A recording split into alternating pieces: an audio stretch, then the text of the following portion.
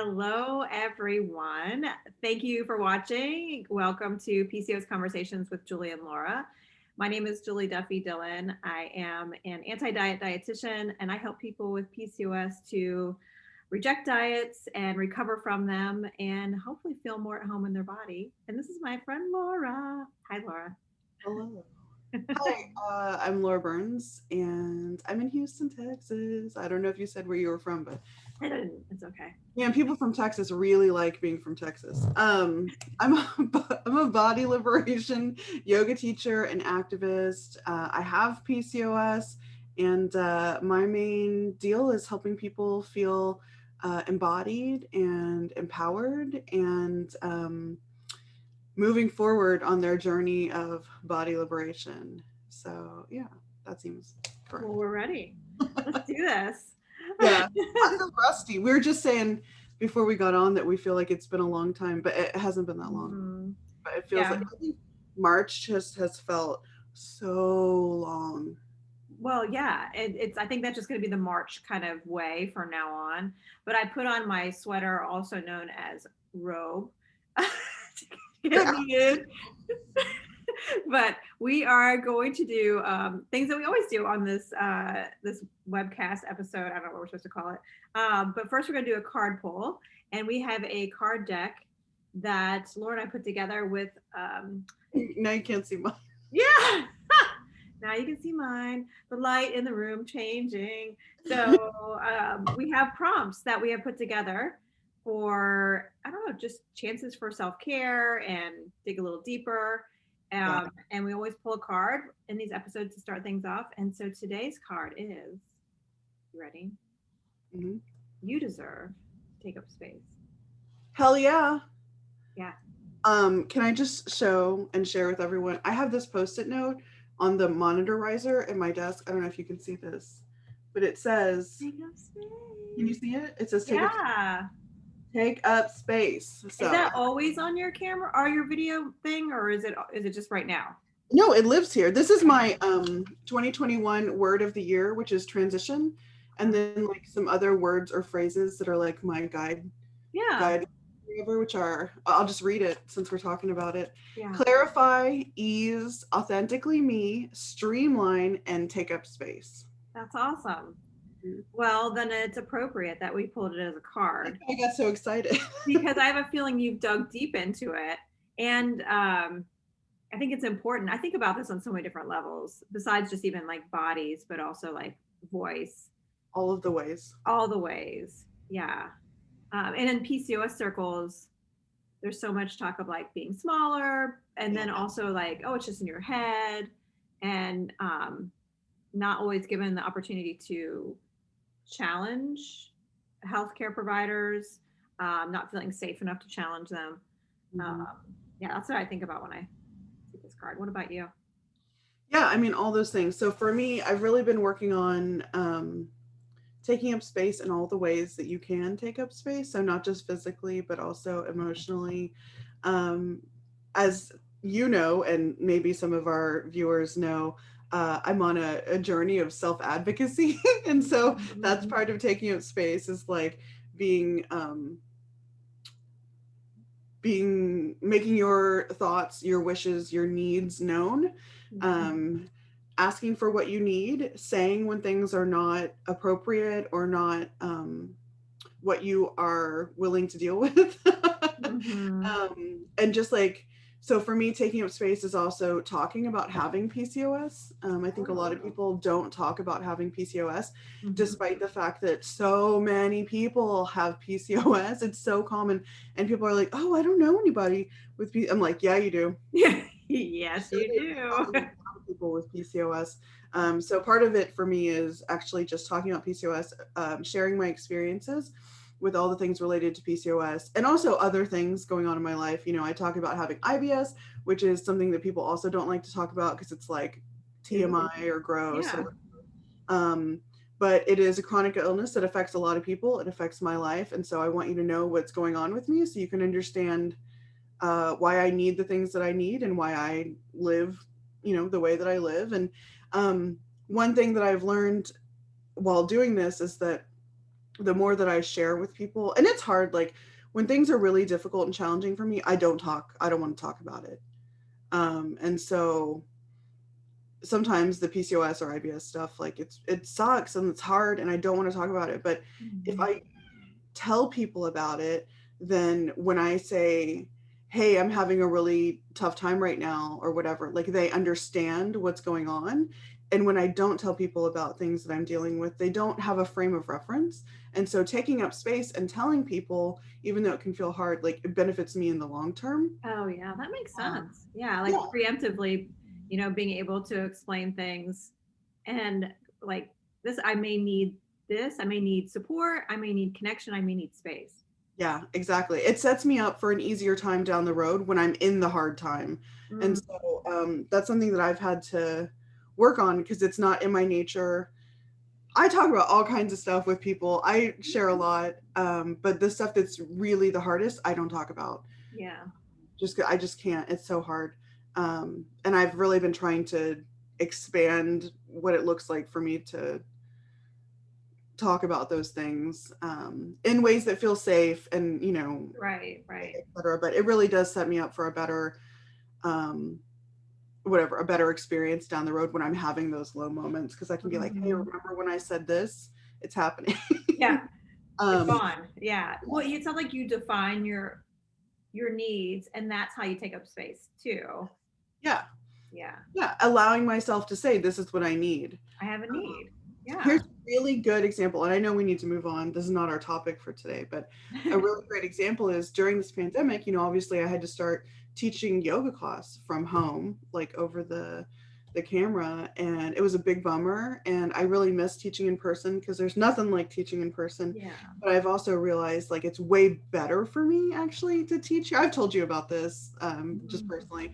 Um, so just sharing with everyone else, but like it's actually a lot easier on my body and better for me in general to teach from home. And so one of the ways that I'm choosing to take up space in the world and be authentically me, going back to my post-it, is that even when we can be together in person safely, it's not going to be the same.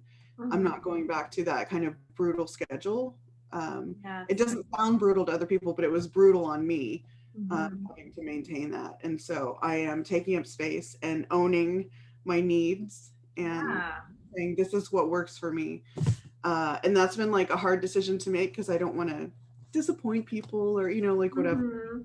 Um, I got to take care of myself. I got to do what is best Right. ultimately, which sounds selfish when you say it like that. But like we've been conditioned to, think that taking care of ourselves and doing what we need is selfish Mhm. and bad. Yeah, yeah. Well, selfishly, I think it's important for you to do that because then I know you can continue to serve in the way you want to serve, Yeah, exactly. which is really a kick-ass thing that you do. Something about this statement, I mean, this is something that like I don't for probably 20 years I've been talking about with people. I didn't ever hear someone talk about it in this way. And I'm like, it seems so obvious, but um, that, naming your needs is how you take up space too. I just think that's really great. Mhm. Yeah. Is your Yeah. eye okay? I saw the. No, we're having allergy, all Oh, kinds. yeah. There's a Cheers to lot. pollen season. We got There's that a lot too. in the air, and my eyes have been not having a good time. So I'm fine. It's just very dry Yes. Yes. and itchy, and I'm Yes. trying My not to like rub, which I green pollen. Um, Here's cheers yours.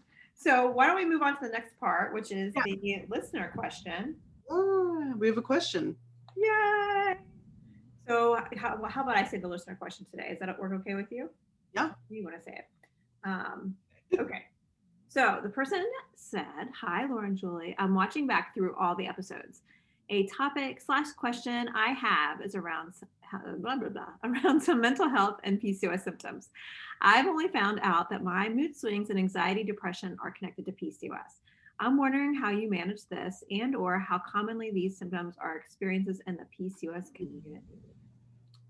Very common. Yes, I'm like, I wish I had a stat because I know there's like, you know, 6 times more likely. I just don't have it on the top of Yeah. my head. Off my Anecdotally, head. I would say Oh, for sure, it's a lot. like almost everyone that I talk to who has PCOS has like the anxiety depression component. Yes. And something that I've picked up along the way from like talking to people who like research PCOS and like study how it changes over time is that often the first symptom of it for people in their like right before they start to menstruate, go through puberty, is a mood disorder. Well, that makes sense for me. And that's usually how people respond when I bring it up is like, yeah, same with me. It checks out. Yeah, yeah. Yeah. So it's a good question, and it's like the stuff you don't learn about PCOS from your doctor certainly is that it, comes along, that it's more than just a reproductive, It's not just whatever. your ovaries. Yeah. And so I think it's great. The more people who learn about this, the better. But yeah, for sure. Anxiety, depression. I don't know if there's other ones. And also I will say that a lot of people with PCOS are in fat bodies. Mm-hmm. And when you live in a fat body, you live in a culture that hates you. Mm-hmm. And so that's going to, I'm sure, exacerbate Yeah. those mental health issues. Yeah, I think there's a lot of things like that with PCOS. Like the physiology of PCOS makes like cravings for carbohydrates more intense. Mm-hmm. And then the push to diet makes it even worse. It because PCOS starts in the hypothalamus, it affects hormones. Like it's gonna affect the likelihood of having a mood disorder, which besides anxiety and depression, it also includes bipolar disorder and ADHD and ADD. We definitely see that a lot more in people with PCOS. But yeah, like but then also living in a marginalized body, and like being pushed to diet, how it affects insulin levels. I there's got to be something physiologically going on that I think that makes anxiety in particular worse. Like if the body's starving, it's gonna feel anxious. Like it's just like because it's like I want to stay alive, and I often see people with PCOS and their mood disorder. First of all, people not always like connecting the two, but then also feeling a lot of shame because there's a lot of experiences in psychotherapy where tools that are given out for other people just don't seem to stick as well or don't just have as much oomph behind them. And what I've basically gathered is I just think mood disorders are probably more intense with PCOS. Like there's just more to it and harder to treat. And I don't know what that answer is yet. I know. Sorry, I'm shooting daggers with your eyes. But yeah, that's something I have kind of gathered along the way. So yeah. Huh.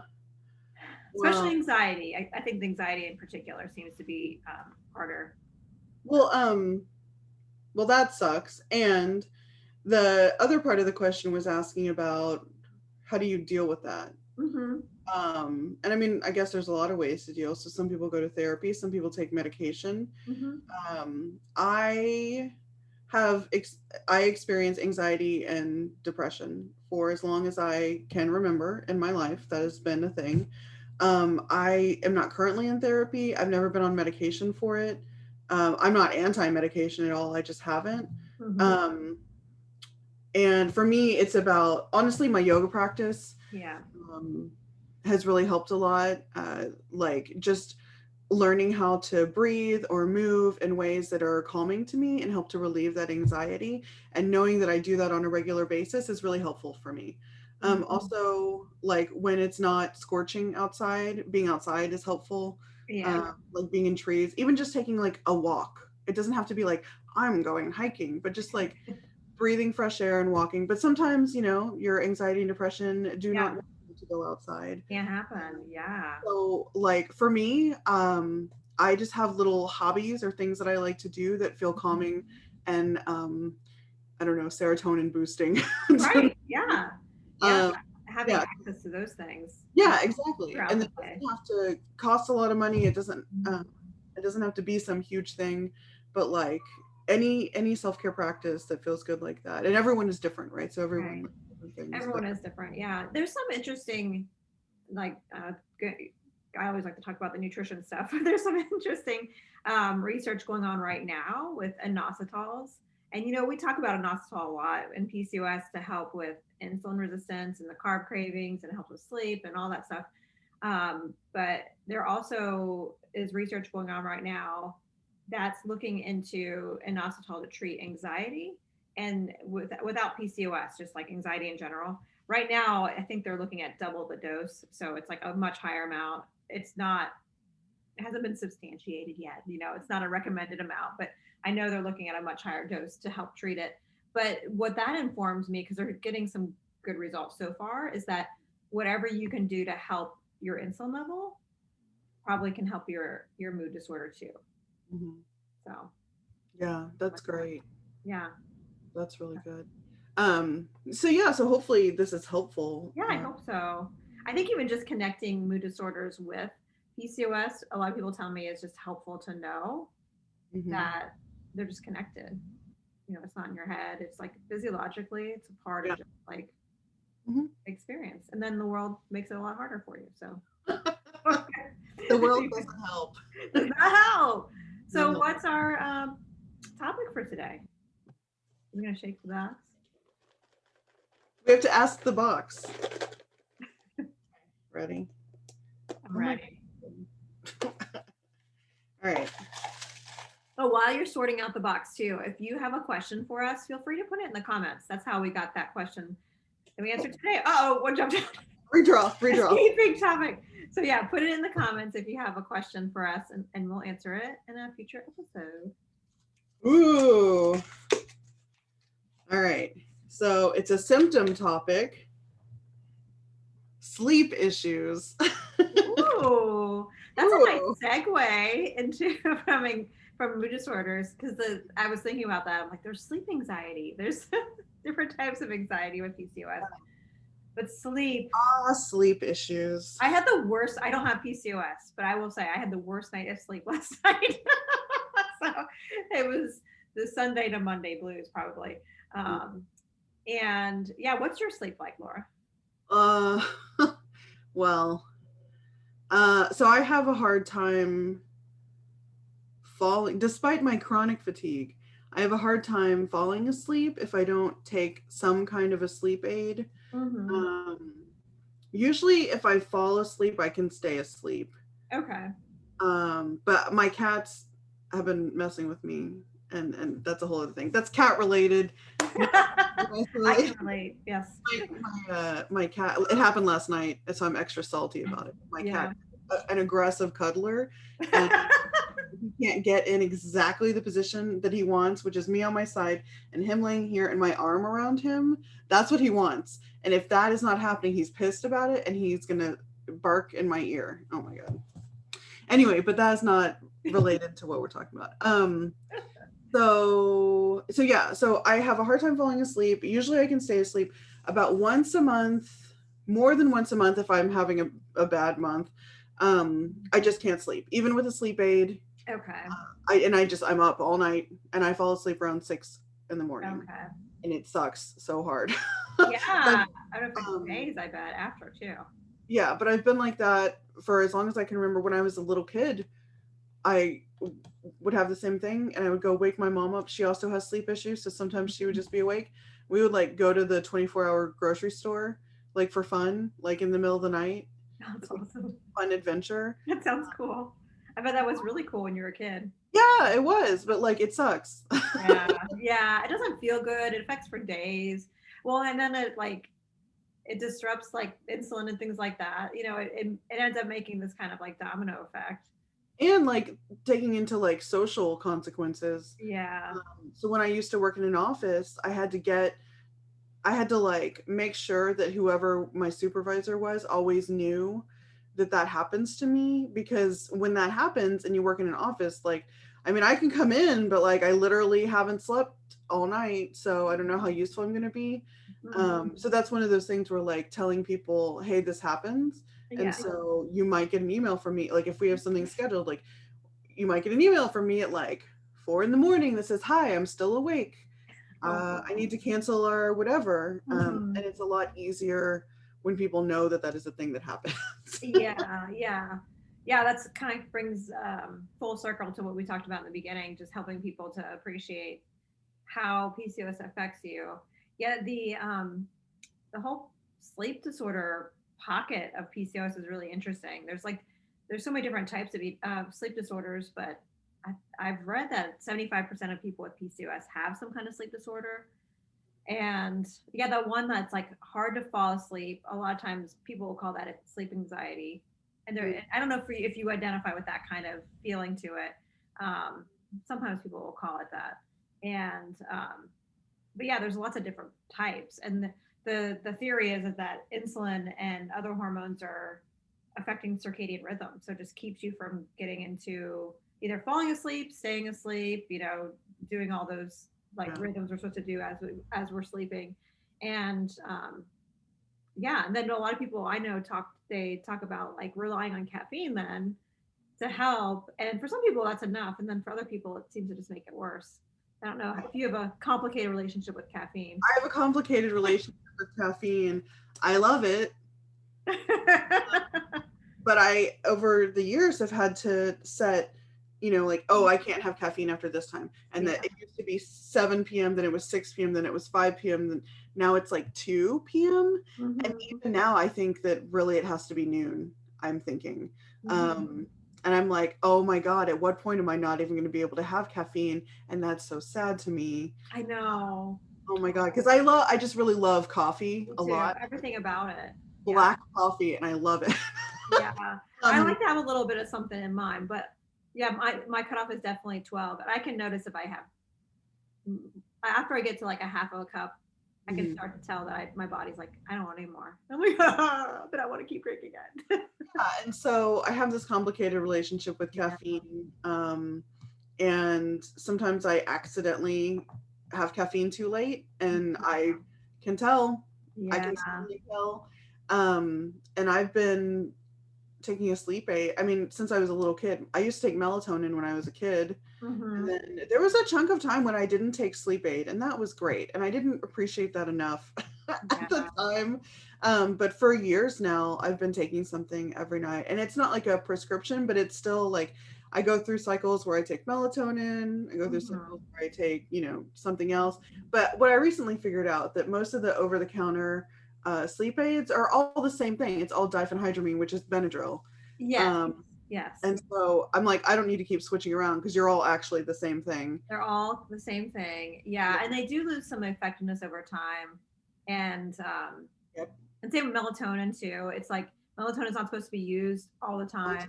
Yeah. Yeah. And then, well, one that is an interesting one to throw out there in case anyone listening is like, I don't know what to do. I want to try something. Magnesium is one that if you have constipation, IBS, that can help with. But you know what it doesn't help with? When you have IBS-D.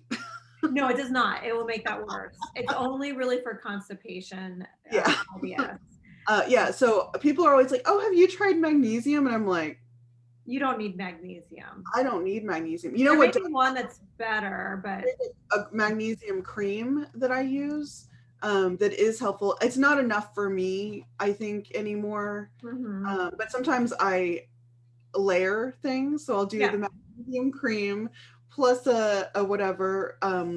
So shout out to this brand. It is Cook's Organics. Makes this, I think they call it the Dream Cream, but it's a magnesium cream. It's a small business, and their product is really good. Nice. And a little goes a long way, and I just like supporting small businesses. So yeah, I'll have to look into that. Cook with an E. I think it's like Cook, O-K-E. Cook's Organics. Yes, I have used their magnesium cream for a long time, and it doesn't cause problems. Like taking magnesium is when, because of how it's probably absorbed through the GI tract, and when you put it on your skin, it goes through a different way. Yeah. So yeah, if you're like, oh my God, I have trouble sleeping, like magnesium cream, or like if you like taking baths and you have a good bathtub, you can use like magnesium bath salts. So they like add in, I guess, magnesium, add it in. And you can layer. You can do like the bath and then put on like magnesium cream. That's the layering you're talking about. Okay, that's cool. Then, like take, something oral if you want. Ooh, I've been drinking this new tea that has been really good. Okay, I'm like very excited now. This I spent a lot of time thinking about sleep aids. So I have this tea from this company called Sacred Steep, which, like, full disclosure, it is a friend of mine's tea company. Mhm. Um, but even if it weren't, this tea is so good. It's the Rest tea, which may be out of stock right now, but like go check the website and see. And there's another one that also has valerian in it, Oh yeah, the Valerian. but it's this blend. It's not just valerian. In the Rest blend, it's so good. It's Sacred Steep is the name of the brand, and their teas are like really unique. It's not like the same sleep tea that you find at other places. Mhm. I've tried so many, so many. And Yeah. this one is really, really good. And it has hops in it, like hop flowers. Oh, And so it's really cool when it, all the tea ingredients hydrate. There's like little hop flowers in it. It's very cool. nice. I'm writing some notes down. I don't know if you see this. Um, Yeah, so it's a good blend. So and there are other teas. Like that's just one that I'm really into right now. yeah.